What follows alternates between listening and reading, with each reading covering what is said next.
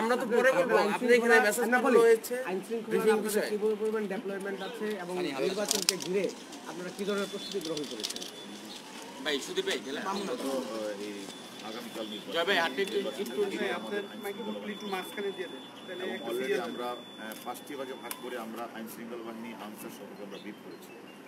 আমাদের উদ্দেশ্য হচ্ছে এই আইন শৃঙ্খলা বাহিনী এবং আনসারদের সমন্বয়ে যে টিম এই টিম আজকে তারা মালামালগুলি কেন্দ্রে নিয়ে যাবে এবং আগামীকাল থেকে ভোট গ্রহণ শুরু হবে 8টা থেকে।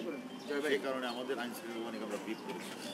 আমাদের উদ্দেশ্য হচ্ছে আমরা যেভাবে 2টি মাস আমরা মানে আইন শৃঙ্খলা বাহিনীর নিয়ন্ত্রণে পুলিশের নিয়ন্ত্রণে যেগুলো আমরা কাজ করেছি কোথাও কোনো অবনতি নেই। আশা করি আগামী দিন কাল যে দিনটা যাবে সেটা যেন জনগণ তাদের ভোটটা সুষ্ঠুভাবে দিতে পারে সে লক্ষ্যে আমাদের যা যা করা আমরা কাজ করব। আইন শৃঙ্খলা রক্ষাকারী বাহিনী কতজন সদস্য কাজ করতে চাই? আমরা প্রায় আমাদের 2000-এর মতো পুলিশ কালকে কাজ করবে এবং আজকে রাত থেকে অনেক পুলিশ সদস্য ডেপ্লয় হবে এবং প্রত্যেকটি থানায় একজন করে অ্যাডিশনাল এসপি তত্ত্বাবধান করবেন। আমরা মনে করি যেহেতু নারায়ণগঞ্জে কোনো ঝামেলা হয় নাই, আইন শৃঙ্খলা কোনো বিঘ্ন ঘটে নাই, ইনশাল্লাহ আগামীকাল আমাদের আইন শৃঙ্খলা বাহিনী সহ অন্যান্য বাহিনীর সদস্য যারা রয়েছেন তারা একসাথে কাজ করবে যাতে জনগণ তাদের ভোটটা সুষ্ঠুভাবে দিতে পারে, কোথাও যাতে কোনো ধরনের ঝামেলা না হয় সে লক্ষ্যে আমরা কাজ করি। আচ্ছা, আমি দুইটা প্রশ্ন করি। বিএনপির পক্ষ থেকে একটি অভিযোগ করা হচ্ছে যে রাতের বেলা প্রশাসন এবং পুলিশের সহায়তায় ভোট মারা হতে পারে, এরকম একটা আসলে এটা কতটুকু সত্যতা আছে এবং প্রশাসন কি আসলে সরকারি দলকে ফেভার করছে কিনা বা প্রশাসন কি সরকারি দলের লোকজনকে সহযোগিতা করছে কিনা? আমি একটা কথা বলতে পারি, নারায়ণগঞ্জে পুলিশ সদস্য যারা রয়েছে তারা লেভেল প্লেইং করার জন্য তারা কাজ করছে এবং আমি মনে করি এই পর্যন্ত আপনারা দেখেছেন নারায়ণগঞ্জের প্রত্যেকটা প্রার্থী তাদের সমান সুযোগ পেয়েছে এবং আমিও মনে করি একটা উৎসবমুখর পরিবেশ কিন্তু বিরাজ করছে নারায়ণগঞ্জে এবং আগামীকাল ইনশাল্লাহ আমরা মনে করি আইন শৃঙ্খলা বাহিনী আমরা সদস্যরা মাঠে থাকবো, জনগণ যারা আসবে ভোট কেন্দ্রে তারা তাদের ভোটটা দিতে পারবে।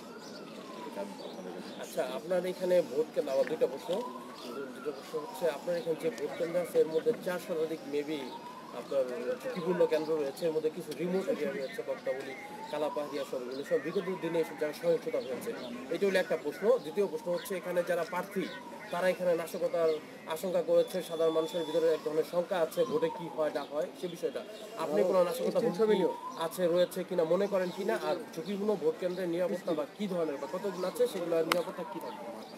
আমি মনে করি আমরা যেভাবে 2টি মাস যাবৎ আমরা নির্বাচনে কাজ করছি, আমার কাছে এরকম প্রতীয়মান হয় না যে নাশকতার কোনো আশঙ্কা আছে।